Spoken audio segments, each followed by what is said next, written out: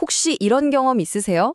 메시지 하나 없는 단톡방 보면서 괜히 신경 쓰이고 좋아요 몇 개 받았나에 따라 그날 기분이 막 오르락 내리락 하는 거요. 네, 오늘은 바로 이 SNS, 우리 삶에 너무나도 깊숙이 들어와 버린 이 소셜미디어와의 관계를 한번 제대로 들여다보려고 합니다. 와, 이 문장 정말이지 꼭 제 마음을 들여다본 것 같지 않으세요? 화면 속 세상이 어쩔 땐 현실보다 더 진짜 같고 더 익숙하게 느껴지는 이 낯선 기분. 네, 바로 여기서부터 오늘 이야기가 시작됩니다. 근데 있잖아요. 이런 감정 절대 나 혼자만 느끼는 게 아니더라고요.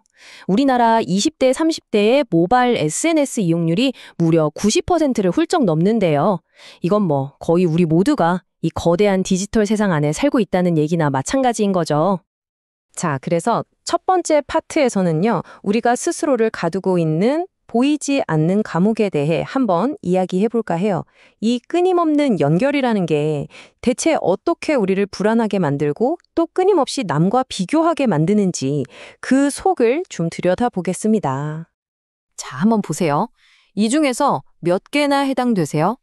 스마트폰 두고 나오면 하루 종일 불안하고, 누가 단 댓글 하나에 막 자존감이 흔들리고, 게시물 하나 올릴까 말까 그걸로 하루 에너지를 다 써버리고, SNS 없는 세상이 그립다고 생각하면서도 어느새 또 접속하고 있는 나 자신.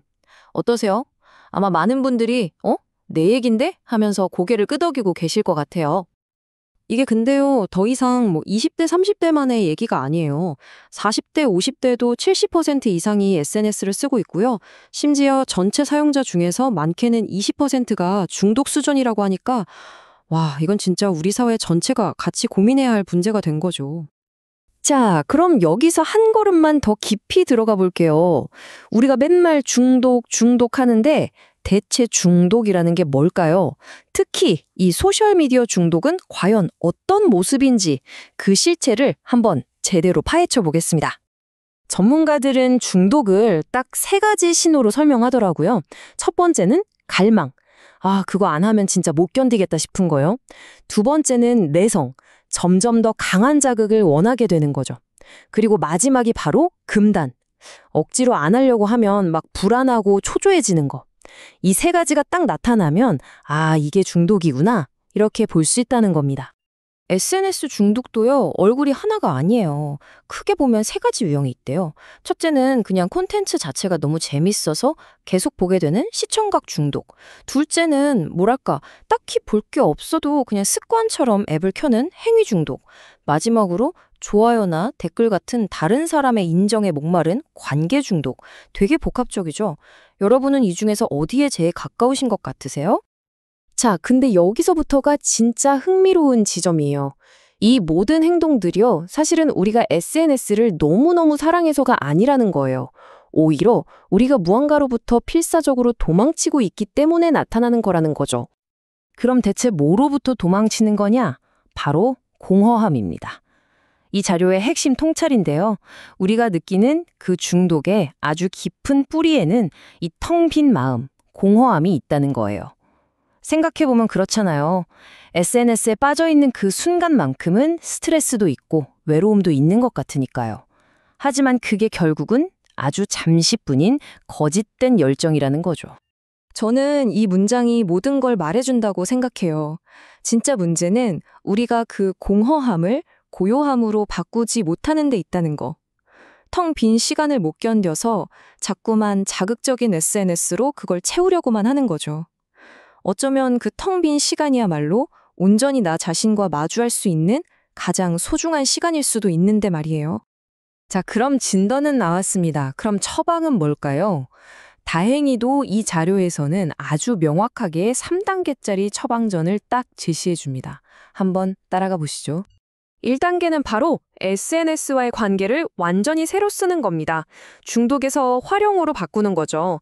지금처럼 그냥 중독된 상태로 SNS를 계속하는 건 비유하자면 딱딱한 아스팔트 위에 씨앗을 뿌리는 거랑 똑같아요. 아무리 물을 주고 애써봤자 건강한 열매가 맺힐 리가 없잖아요. 이제는 그 씨앗을 비옥한 땅으로 옮겨 심어야 할 때라는 겁니다.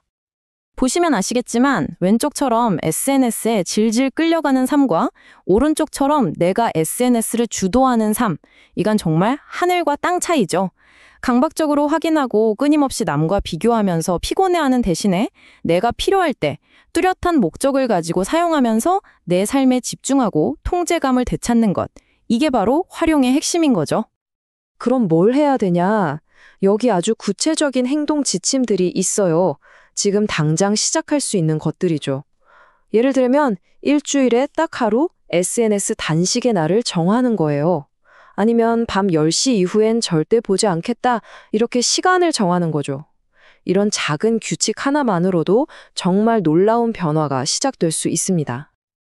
자, 2단계는 대체하기입니다. 낡고 안 좋은 습관을 더 건강하고 좋은 습관으로 바꿔주는 거죠. SNS가 잠깐 채워주던 그 공허한 자리를 이제는 훨씬 더 긍정적인 무언가로 채워 넣는 작업이라고 생각하시면 돼요. 근데 그 해결책이요, 놀라울 정도로 간단해요. 바로 그냥 걷는 겁니다. 정말 심플하죠? 조급함, 의존성, 이런 것들에서 벗어나서 오롯이 나에게 집중하는 그런 여유와 사색의 시간을 갖는 거예요. 근데 이게 그냥 터벅터벅 걷는 거랑은 조금 달라요. 일종의 마음챙김 훈련 같은 건데요. 시선은 한 곳에 두지 말고 그냥 전체 풍경을 쓱 받아들이고요. 손은 가볍게 주먹을 쥐고 팔을 좌우로 흔들면서 그 힘으로 걷는 거예요. 그리고 제일 중요한 거, 머릿속은 그냥 텅 비우는 겁니다. 멍 때리는 거죠. 이게 바로 그 공허함을 건강한 고요함으로 바꾸는 아주 구체적인 기술입니다. 자, 드디어 마지막 3단계입니다. 어쩌면 가장 중요할 수도 있는 단계인데요. 바로 가상에 연결해서 눈을 돌려서 진짜 현실 세계의 관계를 다시 차곡차곡 쌓아 올리는 겁니다. 이 비유가 정말 모든 걸 말해주죠. SNS 중독은 모래 위에 집을 짓는 것과 같다. 우리가 그렇게나 공들여서 쌓아 올린 디지털 세상 속의 관계라는 게 진짜 현실의 폭풍우가 한번 몰아치면 얼마나 허무하게 흔적도 없이 무너져 내릴 수 있는지를 보여주는 겁니다. 그러니까 이 3단계 처방전의 최종 목표는 이거예요. 왜 디지털 관계가 그렇게 모래성처럼 불안정한지를 제대로 깨닫고 이제는 단단한 현실이라는 땅 위에다가 무너지지 않을 지속 가능한 관계를 짓는 것. 바로 단단한 땅 위에 짓기입니다. 이 표를 한번 보세요. SNS 세상과 현실 세상의 관계가 어떻게 다른지 한눈에 딱 들어오죠. 한쪽은 팔로워 수나 좋아요 같은 걸 기반으로 하지만 다른 한쪽은 신뢰와 함께 보낸 경험이 기반이 되잖아요. 버튼 하나로 순식간에 끊어질 수 있는 관계랑 시간을 들여서 차곡차곡 쌓아올린 관계, 이 둘의 단단함은 비교 자체가 안 되는 거죠. 그리고 이게 바로 이 자료가 우리에게 보내는 가장 강력하고 어쩌면 좀 무서운 경고입니다. SNS는 가짜 사회다. 만약 우리가 이 가상세계를 진짜 현실보다 더 중요하게 여긴다면 그 대가는 결국 우리 자신의 인격이 황폐해지고 인간관계가 비인간적으로 메말라가는 것이 될 수 있다는 거죠.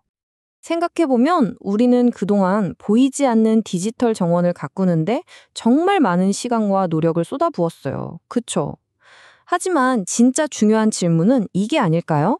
당신은 그동안 디지털 정원은 잘 가꿔왔는데 정작 당신의 진짜 현실 세계에는 어떤 씨앗을 심었나요? 바로 이 질문에 대한 나만의 답을 찾아가는 것.